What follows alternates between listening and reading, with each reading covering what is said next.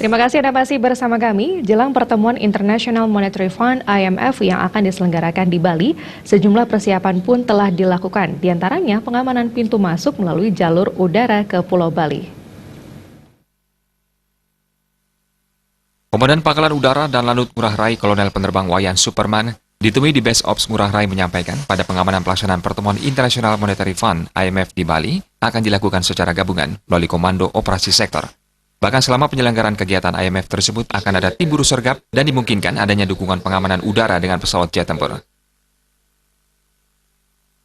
Dari pusat, dan ini tidak, kita hanya bagian kecilnya saja, namun panitia besarnya pasti ada.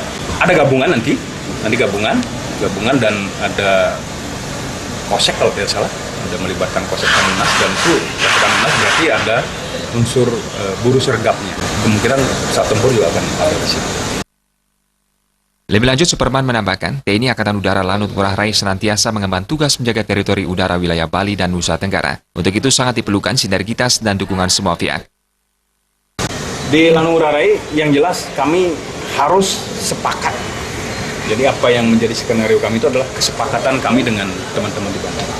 Dengan cara itulah, dengan satu bandara di Ngurah Rai, kemudian dengan padatnya kegiatan VVIP, hal yang bisa kita laksanakan adalah berkoordinasi dengan ketat. Jangan sampai kepentingan teman-teman juga banyak terganggu lah. Tetap terganggu, tapi minimal jangan sampai banyak terganggu.